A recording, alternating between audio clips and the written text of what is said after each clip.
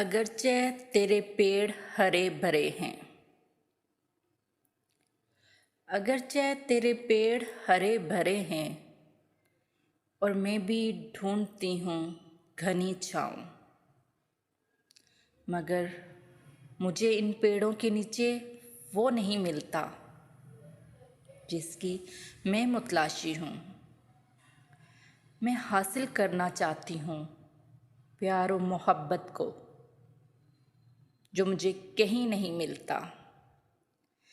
मैं पाना चाहती हूँ हक व सदाकत को, जो मुझे कहीं नज़र नहीं आता।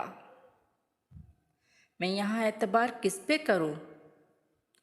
यहाँ तो मुझे जो भी नज़र आते हैं इज़्ज़त के ख़रीदार नज़र आते हैं। यहाँ सभी हिवस भरी निगाहों का शिकार दिखाई देते हैं। अगरचे तुमने मुझे कभी ऐसी निगाहों से नहीं देखा और तुम मुझे पाने की ख्वाहिश भी रखते हो, मगर लोगों ने कर दिया है मेरे एतबार को रेज़ा रेज़ा। फिर भी मैं कोशिश करूँगी तुम तक रसाई की। अगरचे तेरे पेड़ हरे भरे हैं और मैं भी ढूंढती हूँ घनी छाँव।